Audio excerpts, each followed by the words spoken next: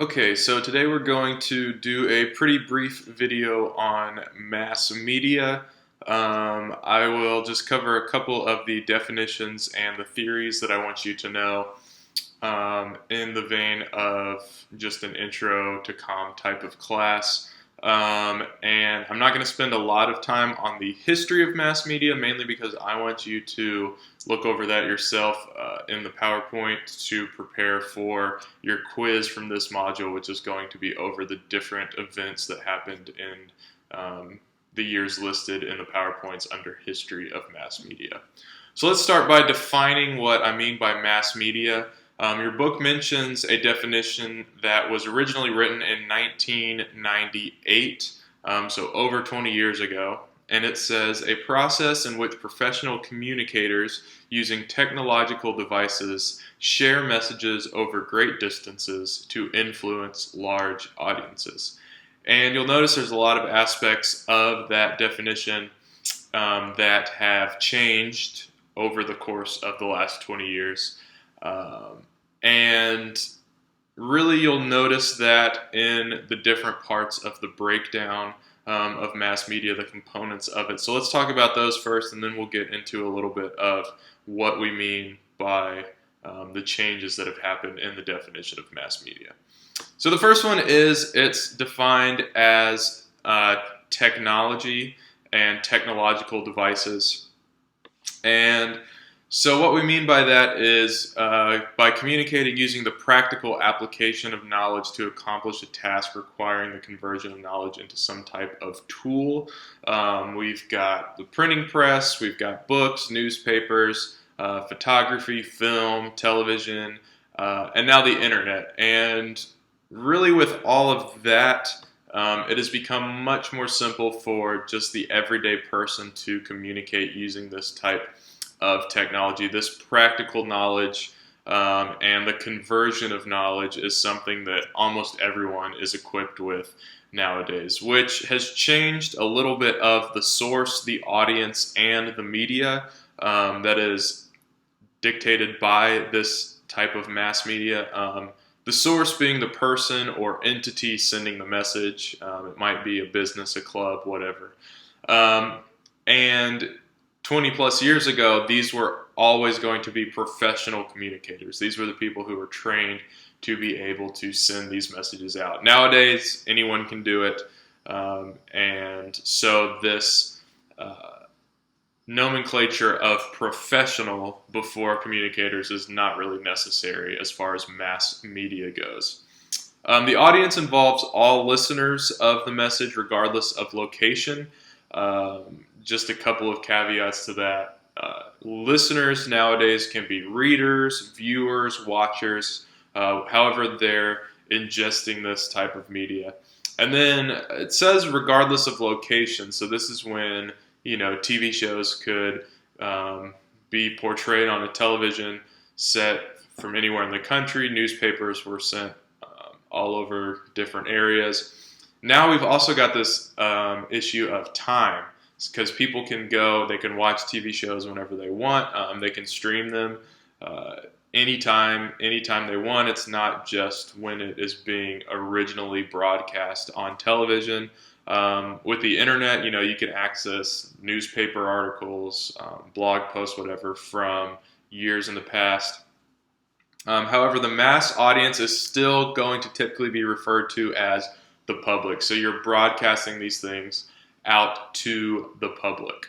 And then the media is just plural for medium, which is the means of distributing the message. So however you are sending out the message, whether that's online, in a book, on a TV show, whatever. So we'll look at a couple different types of mass media so you can get an idea of what all these media are.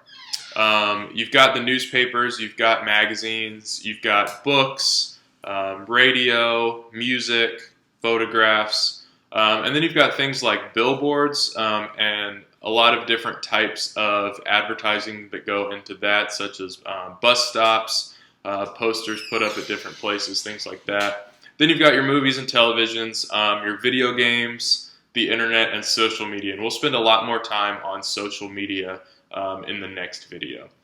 So I'm going to sort of glaze over the history of mass media. I want you to look at that yourself, but I do want to talk about some theories of mass media. So this is talking about how messages are portrayed over all of those different types of media that we just talked about. The first one is the hypodermic needle theory. This states that the media inject ideas into the mind of the compliant public since all people tune into the same message. This is kind of a dystopian Orwellian type of theory, but we can see that in some sort of way this happens to be true, whether it's a show that everybody is watching and talking about on social media, or whether it's some sort of news story that has just come out over a number of different platforms. We see that it is very different from, say, 40 years ago when there was only a few different channels that you could pick from to watch. And so in that way, everybody was watching the same thing. Nowadays, there's so many different types of media, so many messages out there that it's much less likely that everyone is watching the same thing, but it's very easy with social media to sort of spread messages very wide throughout the public.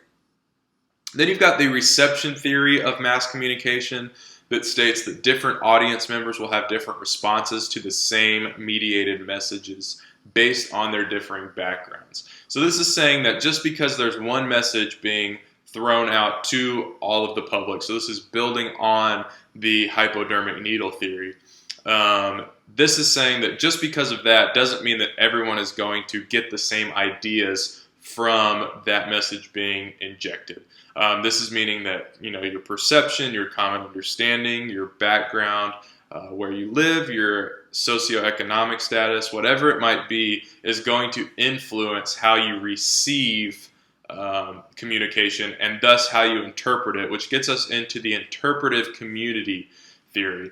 This states that groups of media audiences are constituted by all of these different things, which results in an echo chamber effect of being exposed to people and messages that you already agree with.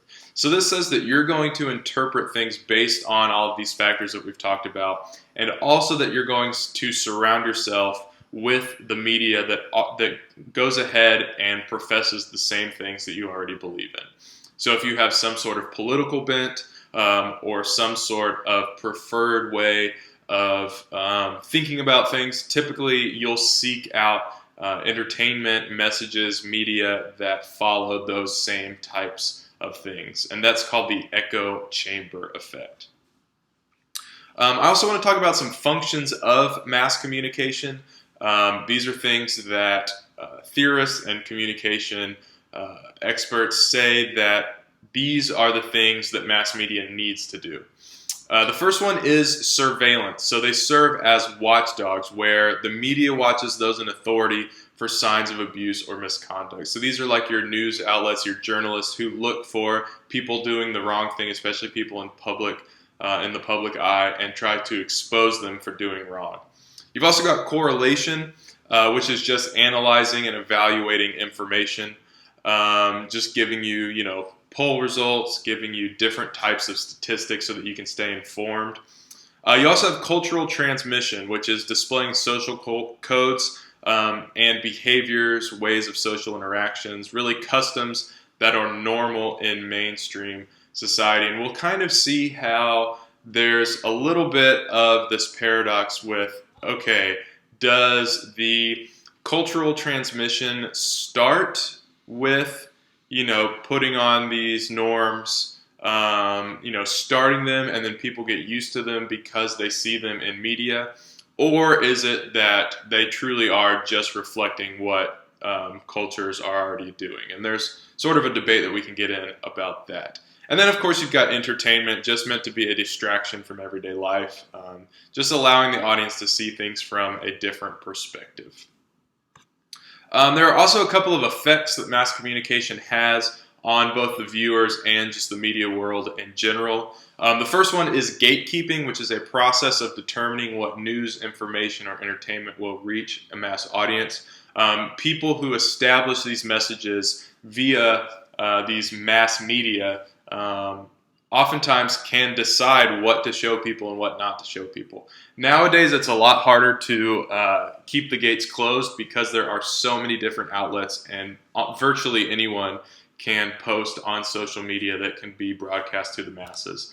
You've also got agenda setting, which is selecting what you want the audience to see and hear in a specific order. So this takes it just one step further. It's not just keeping things out of the eye of the public, but now it's selecting what they see. It's choosing very specific things for your audience to see.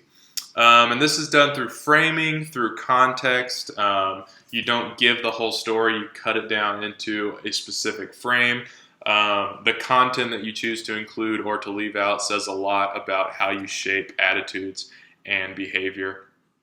And then I just want you to understand that there is a culture within the context of mass communication. And these are just things that are portrayed as far as beliefs and understandings. And when it becomes a part of mass media, when it is portrayed through this type of mass media, it starts to look like this is how everybody in the world believes this thing. If you only look at one specific type of mass media, you run the risk of believing that everybody thinks the same way. And so finally today, I just want to look at a couple points, a couple questions to ask when you are analyzing mass communication. We talked about the different types of listening, and one of them was critical listening. So seeing how you can get the most out of what the other person is saying. That's what we're going to be doing here with mass media. You need to ask these 8 questions to really decide, okay, am I getting the most out of whatever I'm watching, reading, listening to, etc.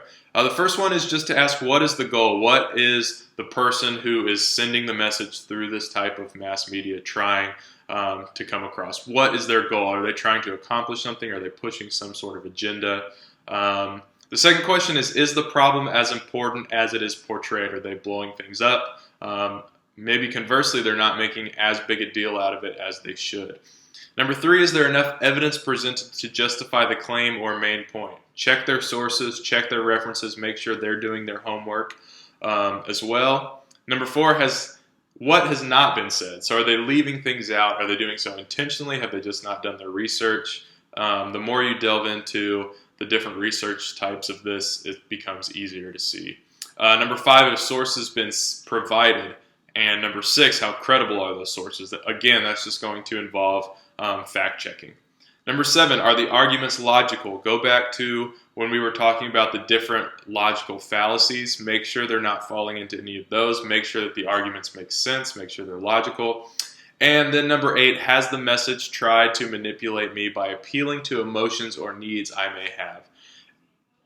Are there facts? Are there hard-hitting evidence that's being used, or is it just an emotional appeal to get you to feel one way or another? So ask yourself those questions.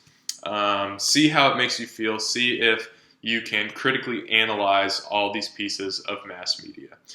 So that's all I've got as far as the lesson for mass media. I do want you to take a look at the reading response for this week. You will be picking some sort of source material that has been put into multiple types of mass media. So it could be a book that was transformed into a movie, TV show, whatever. I'll let you read the write-up for that and see what you want to do. But get that done by Friday and submit that by the due date. I will try to have those graded as quickly as possible. And don't forget about your quiz over the history of mass media.